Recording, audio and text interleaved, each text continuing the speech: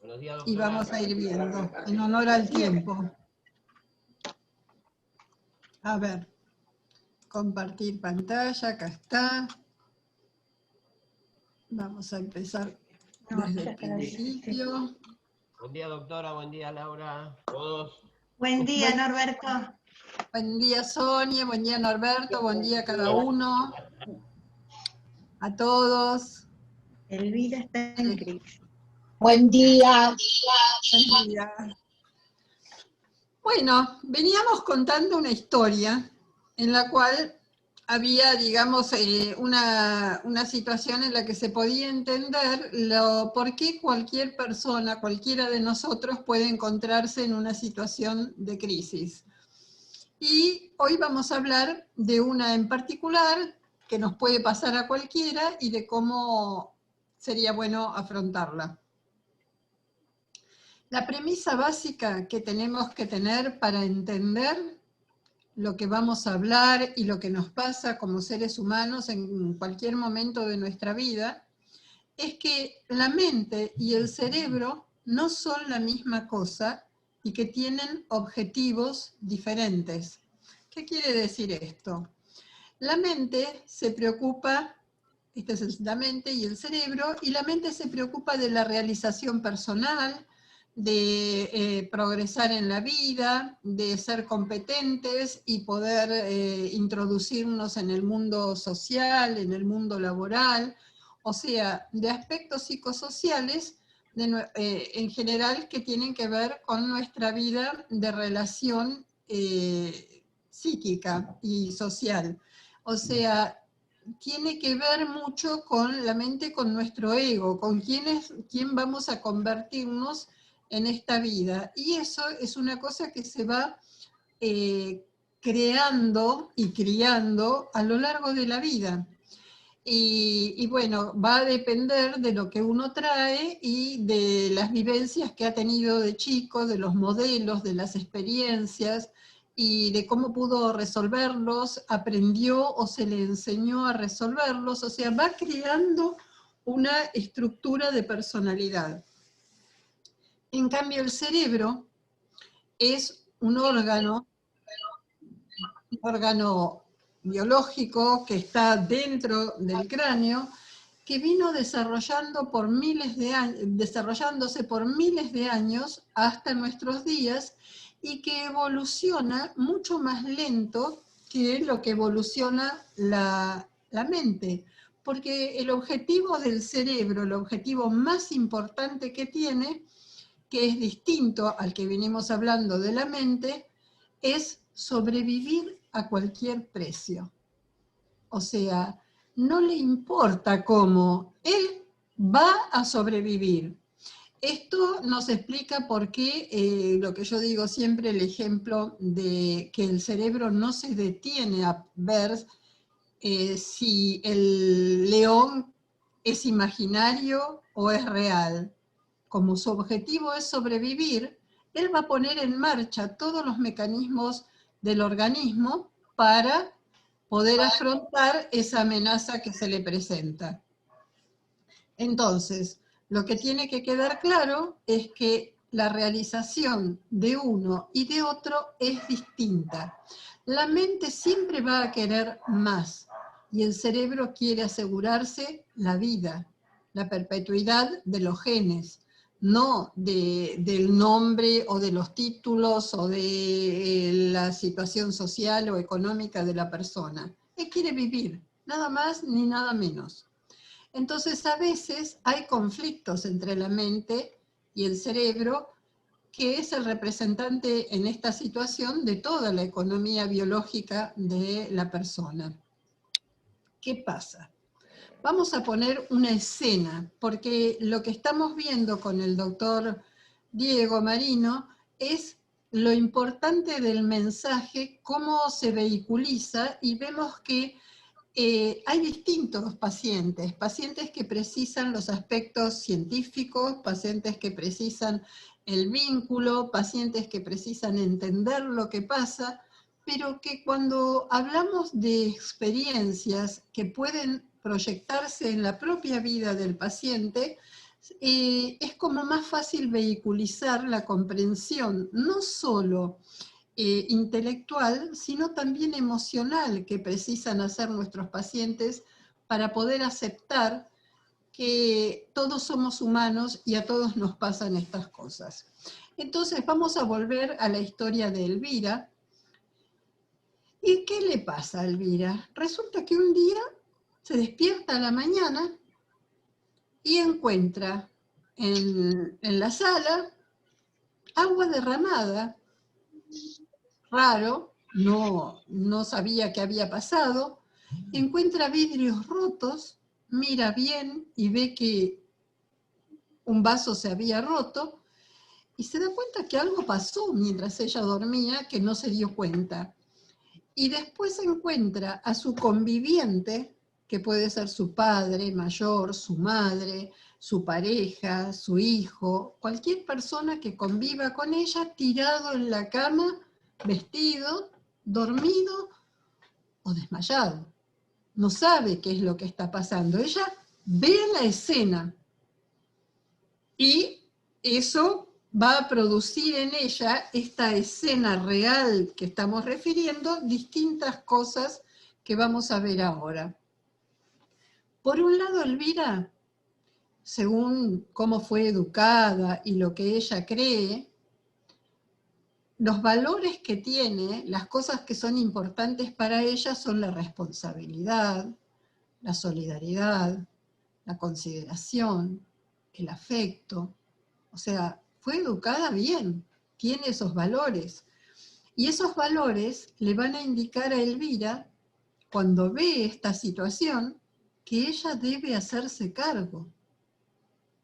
Debe resolver, debe averiguar qué pasó, ver si esa persona está bien, ver de cuidar al familiar, de limpiar todo lo que quedó del agua, de los vidrios, ordenar la casa, llamar al médico, ver si la persona se puede recuperar. O sea, eso es lo que ella cree que debe hacer. Y está muy, muy bien.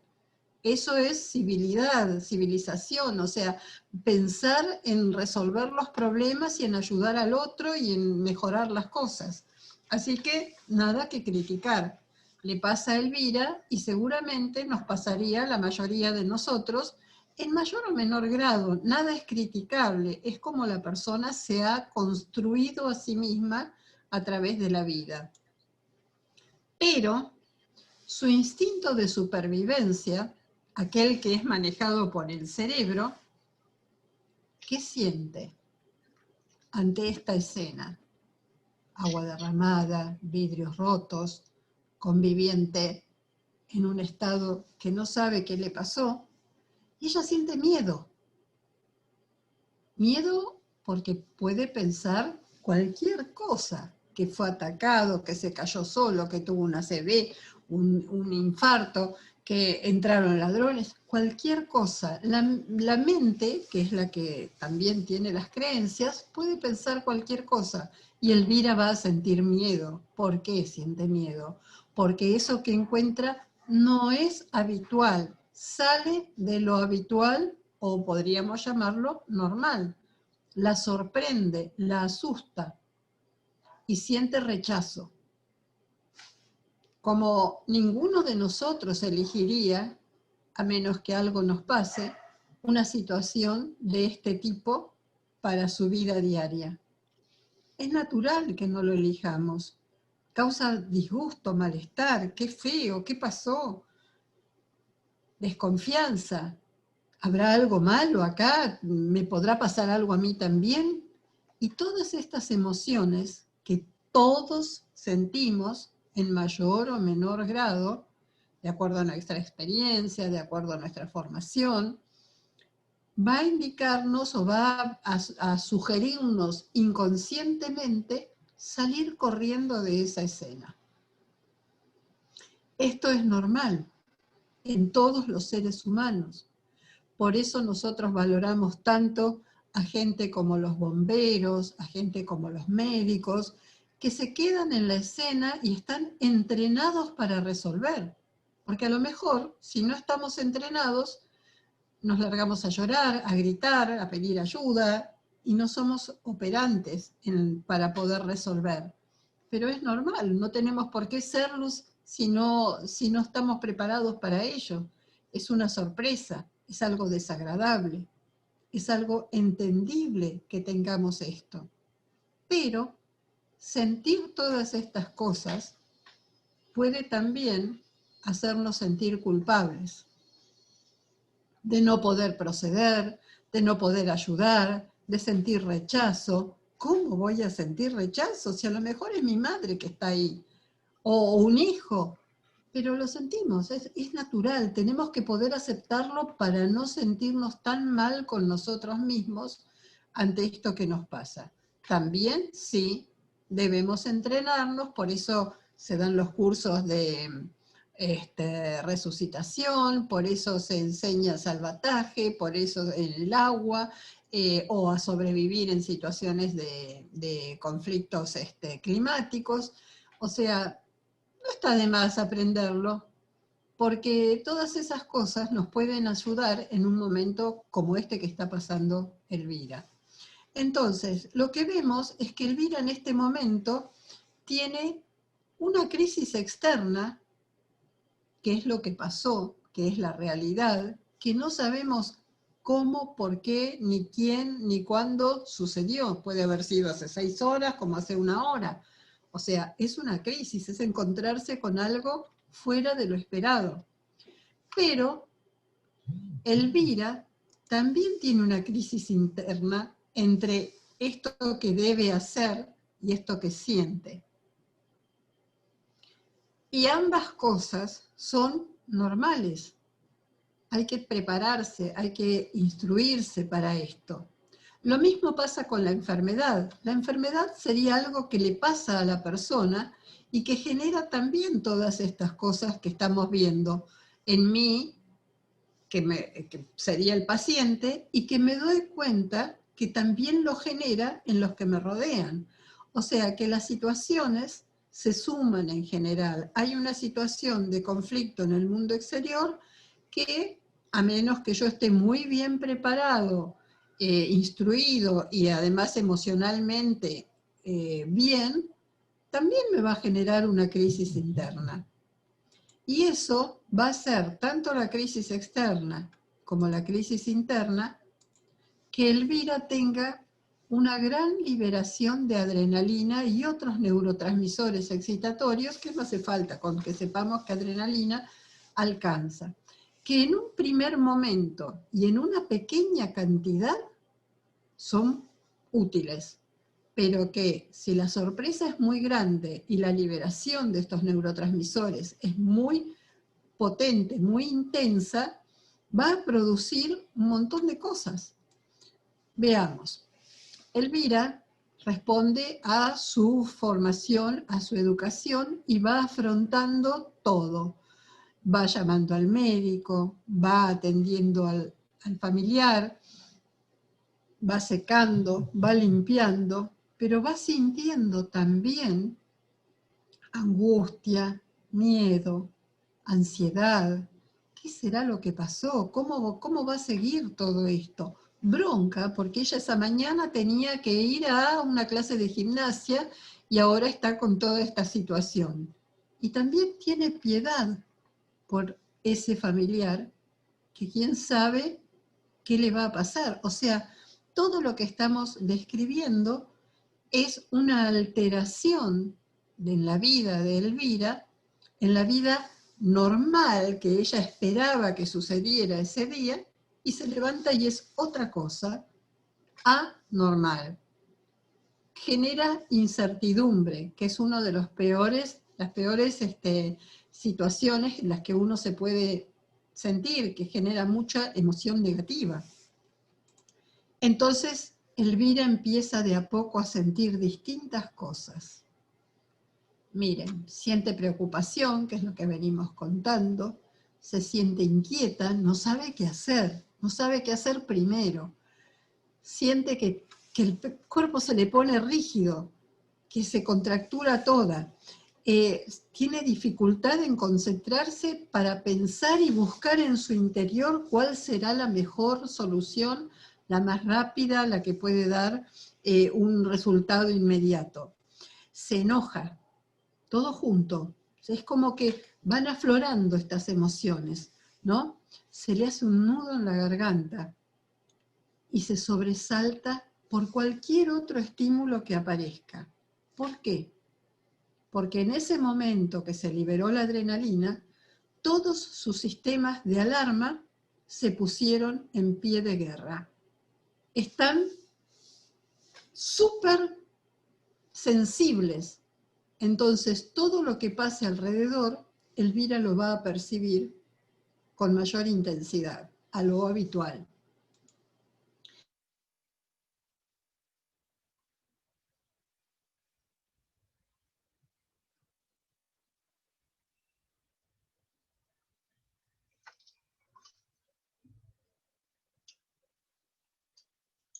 Fría, la boca se le pone pastosa, tiene una sudoración fría y hasta puede sentir malestar intestinal, puede sentir deseos de mover el intestino en ese momento, o deseos de hacer pis. O sea, todo se altera. Y esto es importante que lo veamos, porque no hay una respuesta de un lado solo. El cuerpo responde en conjunto. Lo psicológico y lo biológico, que es todo uno, es un continuum. Elvira se desarma toda, se le hace un matete, como dice la gente, me taré, no sé qué me pasó. Bueno, ve todo oscuro, se angustia, y eso es por lo que ha estado liberando esta adrenalina y los neurotransmisores excitatorios. Es una reacción normal, pero tal vez sea exagerada y poco operativa, nos sirve mucho para el momento, pero lo que quiero que todos sepamos es que esto no es a propósito. Elvira no lo puede manejar, le está sucediendo algo ajeno a su voluntad. Y esto que le sucede la asusta tanto como la escena de los vidrios rotos, el agua derramada, el familiar ahí tirado. O sea, tiene la crisis de la realidad y la crisis interna que está teniendo y que no está pudiendo manejar. A este punto hemos llegado a lo que constituye la segunda respuesta a situaciones de estrés.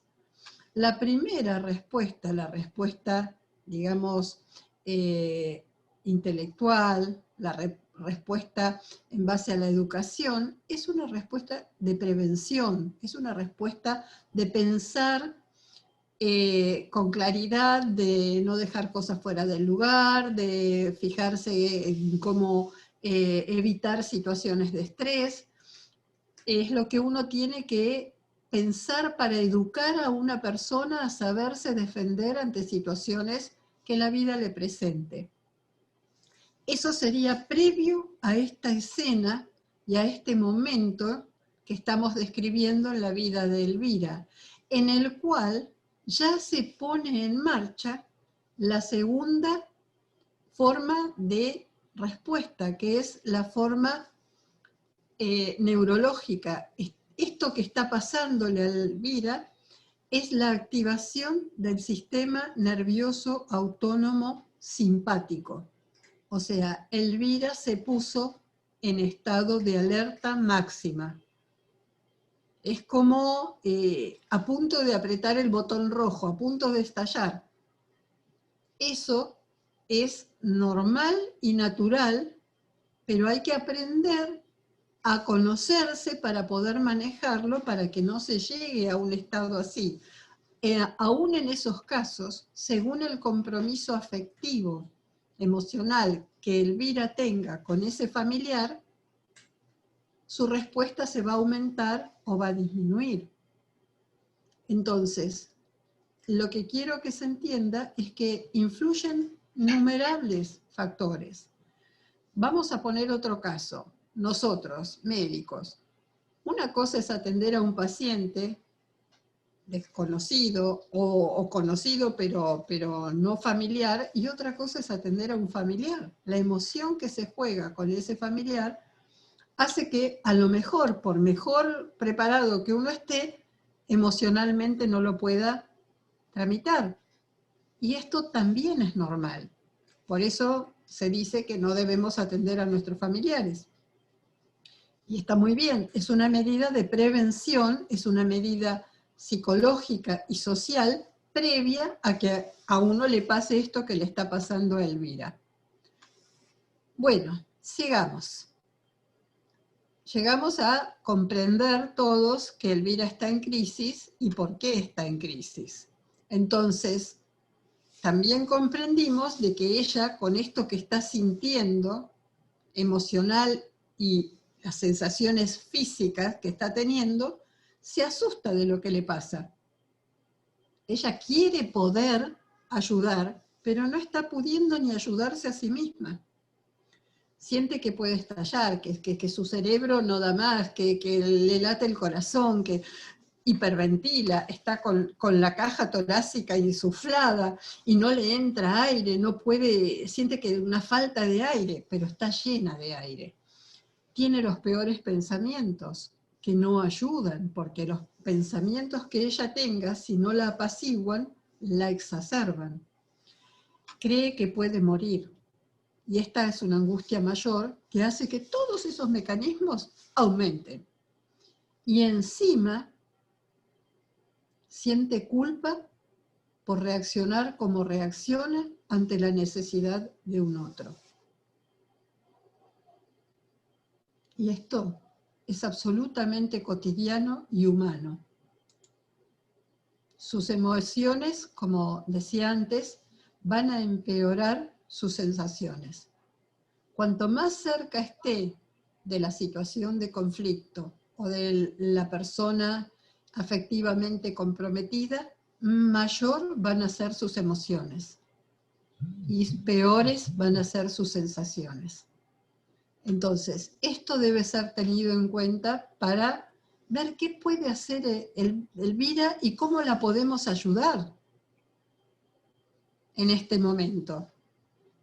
Porque decirle todo está bien, ya va a pasar, no es nada, no te hagas problema, capaz que no alcanza. Eso era para antes, para que se prepare a evitar problemas. Pero una vez que el problema se presentó, hay que ver qué se hace. Cuando ya a una persona se le produjo esta descarga del sistema nervioso simpático, lo que más sirve es lo que vamos a ver ahora.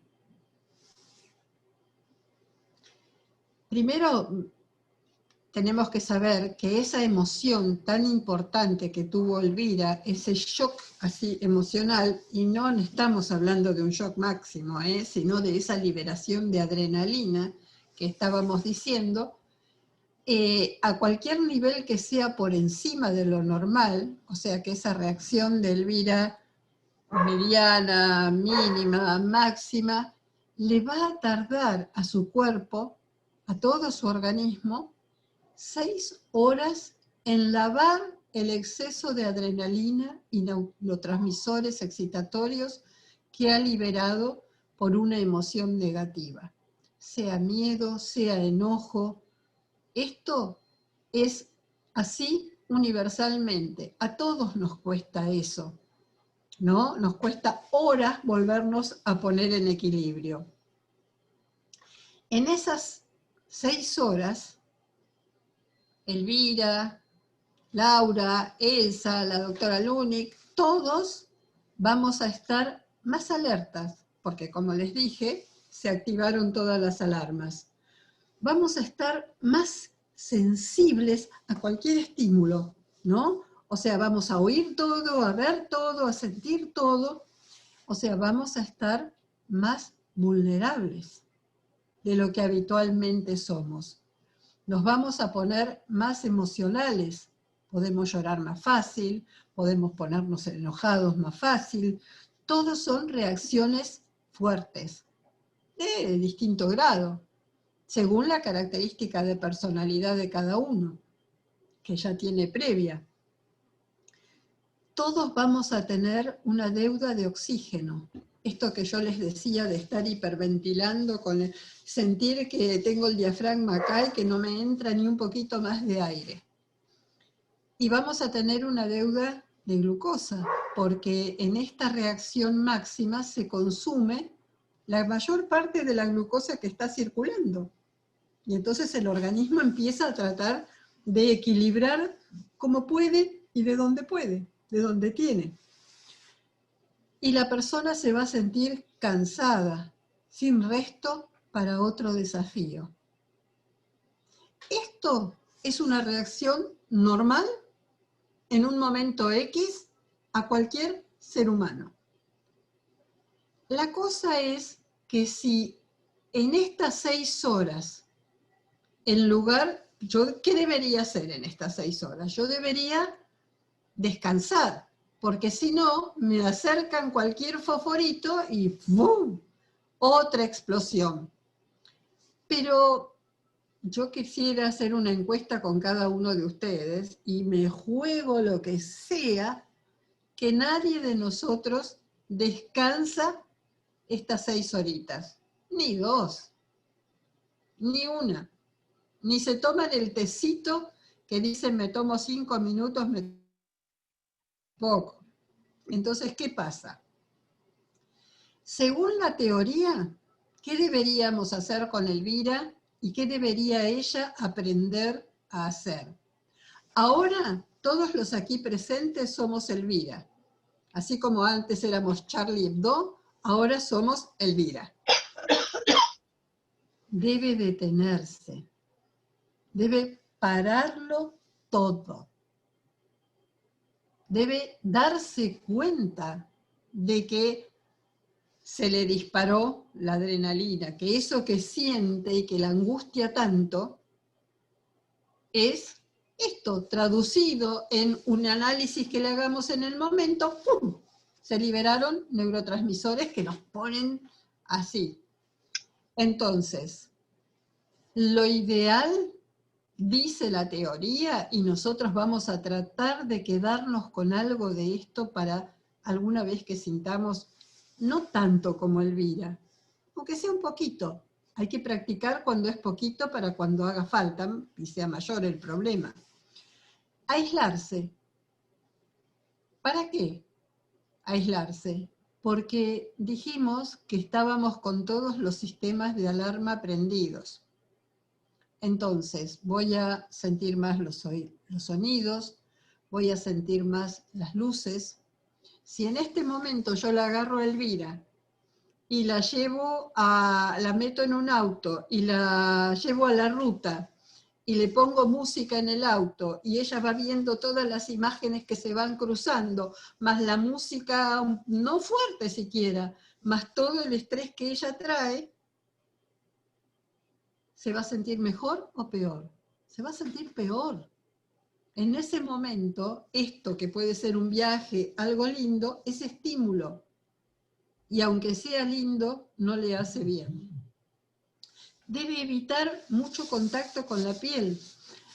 No sé si ustedes han escuchado, pero uno lo ha escuchado muchas veces, que hasta la ropa le molesta a la persona en ese momento, que le molestan las etiquetas, que le molestan los elásticos, que le molestan los zapatos. ¿Por qué? Porque hasta su piel está mucho más sensible, ¿no? Y también debe evitar hablar, porque hablar es un esfuerzo. A menos que uno hable sin sentido, tiene que pensar en lo que dice, concentrarse. Ya solo eso de concentrarse para resolver si limpiar el agua que se derramó o juntar los vidrios, ya le está costando a Elvira. Si encima va a tener que dar explicaciones de lo que pasó y se las van a pedir varias veces cuando vengan a ayudar, en lugar de descansar, está repitiendo la escena, que en algún momento hace bien, que es cuando ya pasó la crisis, pero durante la crisis es como que vuelve a alimentar el circuito. Si fuera posible, sería bueno que Elvira duerma un rato después de esto, pero si se estaba recién despertando y tiene que resolver todo esto y tiene que ver qué le pasa al familiar, seguramente mucha opción de descansar o de dormir no va a tener. Y entonces, ¿cómo seguimos? Hay que resolver, hay que contar, hay que poner las cosas en orden. Capaz que el familiar se levantó a la noche, se le cayó todo eso y no tiene mucha, digamos, responsabilidad y se fue y se tiró a dormir. Y no pasó más nada que eso. En ese caso, habrá que hablarlo para que la próxima vez, aunque más no sea, deje un cartelito. No te preocupes, cuando me levanto lo limpio. Para eso sirve el poder considerar al otro, ¿no? Pero bueno, ya se verá cómo solucionan la situación. Y si pónganle que le dio un ACV, un infarto, bueno, Elvira ahí tendrá que seguir con las explicaciones, con la llamada al médico, o sea, con situaciones muy estresantes, y debe después tenerse en cuenta no solo al paciente que corre un riesgo de vida, sino a esta Elvira que quedó toda agitada, movilizada y descolocada. Bien. Ajá. Esperen que se paró. Ahí está. Lo ideal, en este caso, si no puede dormir, es que Elvira se ponga horizontal. ¿Por qué? Porque toda esta situación que acaba de vivir, de gran activación del simpático, hace que, como dice la gente en el lenguaje popular, le llegue poca agua al tanque. Esto quiere decir que está oxigenando mal su cerebro por falta de un aflujo necesario de sangre. Entonces, ponerse horizontal en general ayuda a desactivar tantas alarmas. Debe concentrar profundamente toda su atención en respirar en ese momento, Elvira. ¿Y cómo se respira en ese momento? Lo ideal es inspirar profundo en 3 tiempos, 1, 2 y 3, todo lo profundo que pueda, que no va a ser mucho al principio, porque recuerdan que está hiperinsuflada. Y expirar profundo lo más lentamente posible, si puede ser en 7 tiempos, forzar con la panza la expiración, hacer que el ombligo toque la columna, digamos, como si nos imagináramos, profundamente y sacar el aire, soplar, y después aflojar para que el aire entre libremente. Lo ideal es que Elvira tenga conciencia de esto, haya aprendido esta técnica y la repita 3 o 4 veces por lo menos. En el primer momento, después respirar a su tiempo y volver a empezar si lo necesita. ¿Qué es lo que estamos haciendo con esto? ¿Por qué lo hacemos? Cuando nosotros hacemos una respiración profunda abdominal de este tipo, estamos haciendo subir y bajar el diafragma. Subir y bajar el diafragma a fondo. Cuando estimulamos el diafragma, estamos haciendo actuar al nervio vago. O sea, que estamos poniendo en marcha el sistema nervioso autónomo parasimpático, que es el que va a contrarrestar toda la actividad anterior del simpático. El parasimpático viene y le dice, tranqui, vos dejá que yo me encargo. Si la mente puede hacer ese corte y aplicar esta técnica, de a poquito la persona se va a ir centrando y recuperando. O sea, estamos utilizando la respiración en una forma especial de respiración, o sea, con una expiración larga y profunda de las que tanto Sonia como Norberto les hacen practicar habitualmente, porque estamos estimulando el diafragma y el nervio vago para apaciguar a esa persona. Esto es algo que debe formar parte del botiquín de Elvira, yo diría que desde chico, ¿no? Hoy saben que hay colegios que practican yoga o que practican tai chi en el mismo colegio. Es bueno para los chicos conocer qué les pasa cuando me estoy poniendo nervioso, que es lo primero que hacemos, que es enseñarle qué es lo que está sintiendo. Cuando está hiperventilando, cuando está sintiendo que se encocora, hay que enseñarle al chico. ¿Estás nervioso, chiquito? Bueno, aflojemos, respira hondo, respira conmigo. Lo mismo que se hace con un paciente. Si Elvira hubiera ido a ese colegio, a lo mejor lo hubiera podido aplicar en este momento, pero lo importante es que sepamos que en cualquier momento de la vida podemos empezar a aprender aquello que nos es útil a todos. Es importante que la persona pueda lentamente tomar 1 o 2 vasos de agua o de un té azucarado, porque el agua ayuda en estos momentos a lubricar todo lo que haga falta dentro del organismo y sobre todo el cerebro, y si es agua azucarada o algún aporte de hidratos de carbono rápidos como un caramelo, como un poco de azúcar, una cucharadita, eso hace que aquella necesidad de glucosa que tenía el organismo en el momento de crisis y que pone en marcha todos los mecanismos cambie, porque empieza a registrar que hay glucosa circulando. No quiere decir esto que se coman un pedazo de torta, tiene que ser algo muy simple para que el organismo que está en crisis lo pueda asimilar rápidamente. Una cucharada de miel, un caramelo, algo fácil de absorber. Y esto que decíamos de ponerse horizontal y empezar a conectarse consigo mismo. Hice todo lo que pude, ahora me apaciguo y me recupero. Y ese día suspendo compromisos que me puedan alterar. Ese día me voy a dedicar a ir a la peluquería, o a peinarme yo, o a cortarme las uñas, o a estar descansando, o a no hacer nada. O sea, voy a parar, porque tengo esa deuda con mi propio organismo que necesita 5 a 6 horas para reponerse. Esto, queridas mías, es lo que todos debemos y podemos hacer.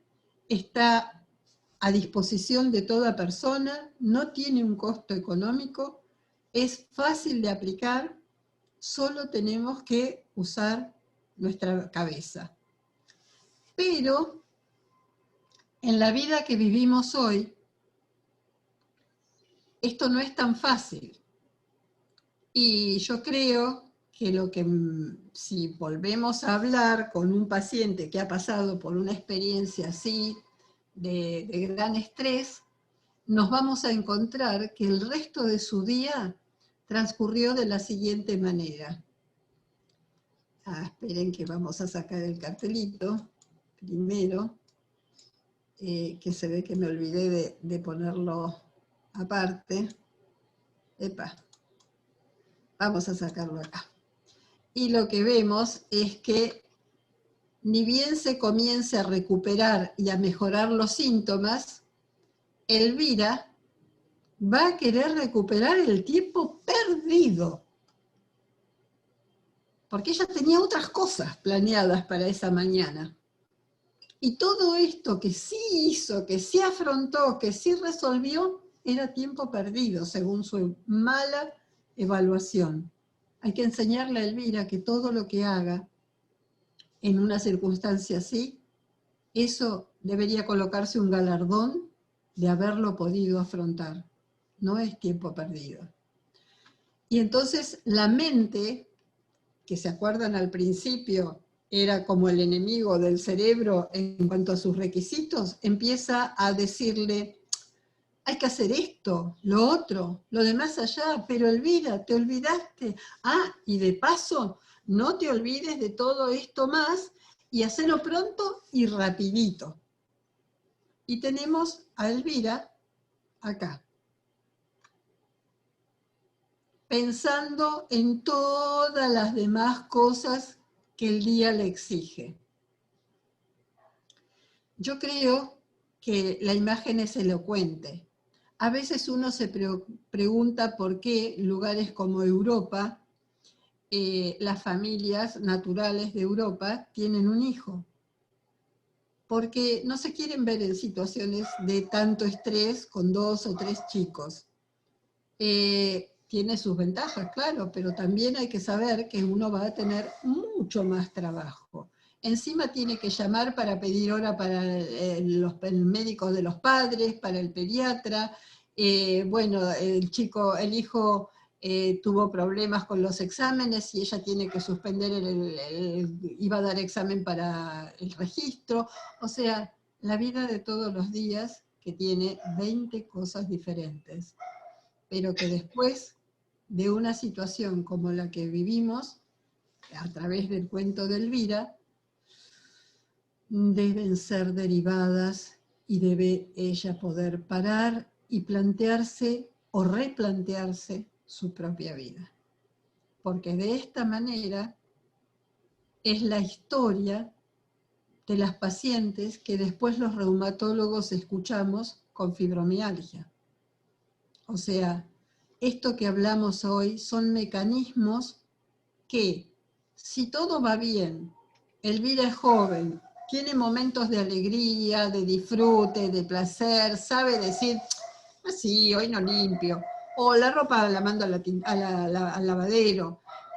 Si ella tiene herramientas, va a poder, pero si no las tiene y se siente apabullada por todo esto, va a ir juntando ese estrés del que hablamos, esos minutos de liberación de adrenalina que precisan 6 horas para recuperarse, y antes de las 6 horas va a volver a estar en esto, y si se le cae el panqueque o se le cuelga la computadora, va a volver a estar en esto, porque cada vez como los sistemas se alertan más, Elvira va a precisar menos estímulos para activarse o para mantener la activación con la que ella viene. Espero que haya sido útil y claro para ustedes, para que lo puedan mirar y aplicar en el todos los días. En resumen, digamos que la primera estrategia contra el estrés y contra esta activación del sistema nervioso autónomo, que ya es la respuesta biológica a nuestra situación de estrés psicológico, y esto que estamos hablando es la psico-neuro-endocrino-inmunología. La primera estrategia es parar todo, detenerse, ausentarse de esa situación. No, me voy de todo y me reconecto conmigo misma, porque si no, no voy a poder seguir. Esto tiene que ser, digamos, el corolario de lo que hablamos hoy. Porque en la Biblia dice, y ya miles de años atrás, si yo no estoy para mí, ¿quién estará para mí? Y si no es ahora que lo preciso, ¿cuándo? Y esto es un pensamiento útil para tener en los momentos en que me estoy peleando entre lo que debo hacer y lo que puedo hacer. Bueno, hoy llegamos hasta acá.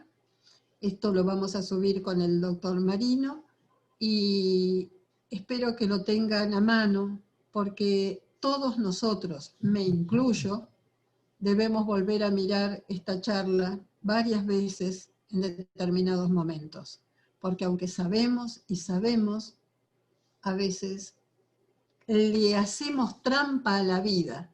Sigo un poquito más, me tomo una aspirina y sigo. Y ahí empieza el barranco abajo. Gracias y nos vemos el miércoles que viene. Bueno,